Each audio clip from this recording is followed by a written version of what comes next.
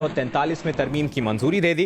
तरमीम के ड्राफ्ट पर मुशावरत मुकम्मल। इजाफी तरमीम पर कल तक हतमी फैसला लिया जाएगा। ज़राए के मुताबिक खैबर पख्तूनख्वा का नाम तब्दील करने और बलूचिस्तान में असम्बली की नशिस्तें बढ़ाने की तजवीज़ पर हुकूमत ने वक्त मांग लिया।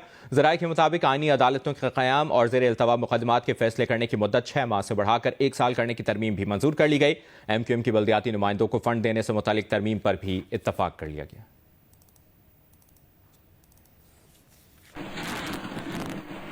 सेनेटर अली जफर ने कहा है कि तहरीक इंसाफ 27वीं तरमीम की मुखालिफत करती है। आमिरों के दौर में आईनी तरमीम में भी बड़ा वक्त लगा, 6 माह लगे। 18वीं आईनी तरमीम को 9 माह लगे। आइन में तरमीम किसी इमारत की बुनियाद से छेड़छाड़ है। गलती पर पूरी इमारत गिर सकती है। आप किसी इमारत की बुनियाद को तबाह करने की कोशिश कर रहे हैं। सब कुछ इस्तिस्ना के लिए हो रहा है। 27वीं तरमीम का सबसे बड़ा जहर ट्रांसफर ऑफ जजेस है। हुकूमत खुद ही आईनी अदालत के जजेस तैनात करेगी और खुद ही अपने हक में फैसले लेगी। सुप्रीम कोर्ट के जज को सुप्रीम डिस्ट्रिक्ट एंड सेशन जज बना दिया। सारी ताकत एक विफाकी आईनी अदालत को दी जा रही है।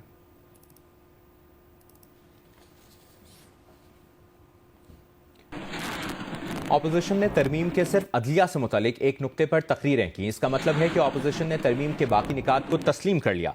नून लीग के सेनेटर परवेज रशीद का सेनेट में खिताब। कहा, अली जफर ने तस्वीर का वो रुख दिखाया जो उन्हें पसंद है। तस्वीर का वो रुख नहीं दिखाया जिसने अदलिया को पार्टी के आलाकार में बदलने की कोशिश की। जज के चौके के नीचे एक सियासी जमात का झंडा छुपा लिया और इसके मकासद के लिए किरदार अदा किया। अब जरूरी है कि निजाम में बेहतरी लाई जाए। पीपल्स पार्टी के मसरूर एहसन ने कहा, ऑपोजिशन में हिम्मत है तो बगावत करे। आप सियासी लोगों के साथ कानून साजी करने को तैयार नहीं, आप बात किसी और के साथ करना चाहते हैं।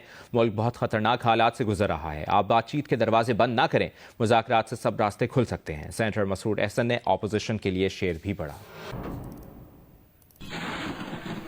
ऑपोजिशन के मौजूद दोस्तों का बहुत एहतराम करता हूं और शायद ये दुखी भी हूं, और लेकिन दुखी के साथ साथ ये सब कंफ्यूज हैं। आप आइन में तरमीम की बात करते हैं और उसमें कहते हैं ये तजवीज़। दूसरी तरफ जो असल बात होती है, परवेज़ रशीद साहब ने कह दिया, वहाँ आप खामोश रहते हैं। इसका मतलब कुछ दाल में काला तो कहीं चल रहा है। मैं ये कहता हूँ कि देखो भाई, तुम में हिम्मत है तो दुनिया से बगावत कर लो, वरना माँ बाप जहाँ कहते हैं शादी कर लो। आगे बढ़ते हैं। आपको बताएं, वज़ारत ख़ारजा ने इस्तांबुल मुज़ाकरात में अफ़गानिस्तान से मुतालिक जामे और शवाहिद पर मबनी मौक़िफ़ पेश किया। ज़राए के मुताबिक पाकिस्तान का मौक़िफ़ तासुब से बालातर हक़ाइक़ और मेरिट पर मबनी है। सिफारती ज़राए का कहना है कि गैर जानिबदार ममालिक ने पाकिस्तान के मौक़िफ़ की तायद की है। पाकिस्तान ने हमेशा ज़िम्मेदाराना तर्ज़ अमल अपनाया है। इसकी तफसील जानते हैं। नुमाइंदा न्यूज़ ज़रमीन ज़हरा ने हमें ज्वाइन किया है। ज़रमीन, क्या मौक़िफ़ पेश किया गया है, ये बताइएगा। वज़ारत ख़ारजा ने क्या बताया? देखिए, वज़ारत ख़ारजा की जानिब से बताया गया था कि पाकिस्तान अफगानिस्तान के दरमियान जो इस्तांबुल में जारी मुज़ाकरात हैं वो मुकम्मल हो चुके हैं। अफगान सरजमीन से पाकिस्तान पर दहशतगर्द हमलों में नुमाया इजाफा हुआ है। तालिबान हुकूमत ने वादों के बावजूद कोई अमली इकदाम नहीं किया। पाकिस्तान ने 4 साल सब्र व तहम्मुल का मुजाहरा करके जवाबी कार्रवाई से गुरेज किया, लेकिन तालिबान हुकूमत ने दहशतगर्दों के खिलाफ ठोस इकदाम करने से इनकार किया।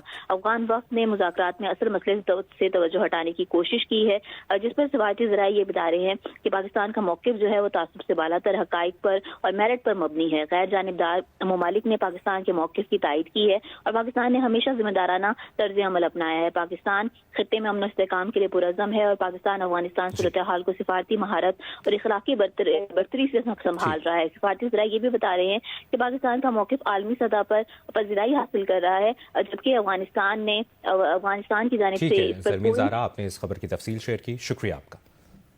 नायब वज़ीर आज़म इसहाक़ डार से ईरानी वज़ीर ख़ारजा सैयद अब्बास इराक़ची का राब्ता हुआ है। ज़राए के मुताबिक ईरानी वज़ीर ख़ारजा ने पाकिस्तान और अफ़गान तालिबान के दरमियान सालिसी और मुसालिहत की पेशकश की है। इसकी तफसील जानते हैं एजाज सैयद से। जी एजाज। जी बिल्कुल, ये एक राब्ता नहीं हुआ, 2 राब्ते हुए हैं। सबसे पहले ईरानी वज़ीर ख़ारजा और अफगानिस्तान की अबूरी हुकूमत, जो तालिबान की अबूरी हुकूमत है, इसके वज़ीर ख़ारजा अमीर खान मुत्तकी, इनके दरमियान बातचीत हुई है। और इस बातचीत का तनाज़र यही है जो पाकिस्तान और अफगानिस्तान के दरमियान हालिया कशीदगी पाई गई है और जो मुज़ाकरात नाकाम हुए हैं इस्तांबुल में, उस तनाज़र में ये बात हुई है। और उसके बाद ईरान के वज़ीर ख़ारजा अब्बास इराक़ची ने पाकिस्तान के वज़ीर ख़ारजा और नायब वज़ीर आज़म इसहाक़ डार से भी तफसीली बात की है। ईरान ने पेशकश की है बाज़ाब्ता तौर पर कि वो ईरान की सरजमीन के ऊपर या किसी और जगह के ऊपर पाकिस्तान और जो तालिबान है उनके नुमाइंदों को बिठाने के लिए तैयार हैं ताकि दोनों मुल्कों के दरमियान कशीदगी कम हो। लेकिन आपको पता है कि आज पाकिस्तान ने भी बाज़ाब्ता तौर पे एक बयान जारी किया है और बताया है कि किस तरीके से इस्तांबुल में पाकिस्तान और तालिबान के दरमियान जो अफगान तालिबान के दरमियान जो मुज़ाकरात थे वो किस तरीके से नाकाम हुए। जी बहुत शुक्रिया आपका एजाज सैयद। रावलपिंडी में 15 गैर कानूनी कॉल सेंटर से 1.5 करोड़ रुपए माहाना वसूल करने वाले मुल्जिमान की गिरफ्तारी के लिए टीमें तश्कील दे दी गई हैं। FIA ज़राए का कहना है कि NCCIA के सब इंस्पेक्टर ने शौहर पर तशद्दुद की वीडियो खातून को भेजी। खातून ने शौहर की रिहाई के लिए 80 लाख रुपए दिए। बाकी 13 गैर मुल्कियों की रिहाई के लिए 12 मिलियन रुपए वसूल किए गए। कानूनी लवाजमात पूरे करने के लिए मजीद 10 लाख रुपए वसूल किए गए। इस छापे से हासिल 2 करोड़ 10 लाख रुपए की रकम तकसीम की गई।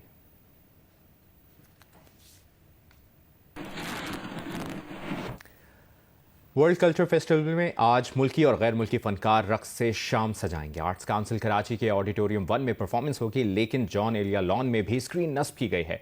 जियो और जंग मीडिया ग्रुप मेले का मीडिया पार्टनर है। इसकी तफसील बता रहे हैं वलीद अहमद।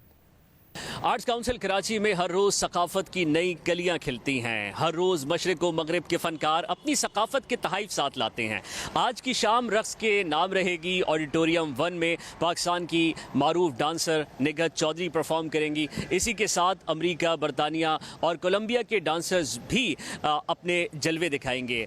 अगरचे ऑडिटोरियम 1 में तैयारी हो रही है, लेकिन इसके साथ साथ जॉन एलिया लॉन में भी कुर्सियां लगा दी गई हैं, स्क्रीन सेट कर दी गई है। जो परफॉर्मेंस ऑडिटोरियम 1 में होगी उसको बाहर भी दिखाया जाएगा। इसी सबब ये स्क्रीन लगाई गई है और उसके साथ साथ ताकि अपनी सकाफत का भी इजहार किया जाए। सिंध की एक सकाफत का इंतहाई अहम हिस्सा रैली को भी यहाँ पर लगाया गया है ताकि बैरून मुल्क से आने वाले फनकार देख पाएँ कि पाकिस्तान की सकाफत, पाकिस्तान की तहजीब किन चीज़ों से वाबस्ता है। अगर आप भी पाकिस्तान की सकाफतों के मुख्तलिफ कलर्स देखना चाहते हैं, अगर दुनिया की तहजीब, दुनिया की सकाफतों का मुशाहिदा करना चाहते हैं, तो उसके लिए आपको आना होगा आर्ट्स काउंसिल कराची।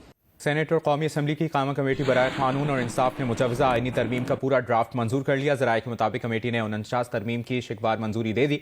काबीना से मंजूर शुदा 27वीं आईनी तरमीम का मुसवदा कल ऐवान में पेश कर दिया जाएगा। तफसील जानते हैं आसिफ बशीर चौधरी से। जी आसिफ।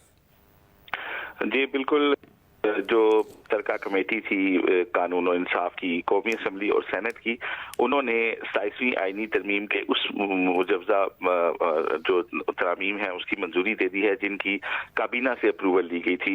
ये कुल 49 तरामीम है 27वीं आईनी तरमीम की, और इन 49 तरामीम की कसरत राय से मंजूरी जो है वो दी गई है और इनको कल सेनेट में एक रिपोर्ट की सूरत में जो है वो पेश किया जाएगा।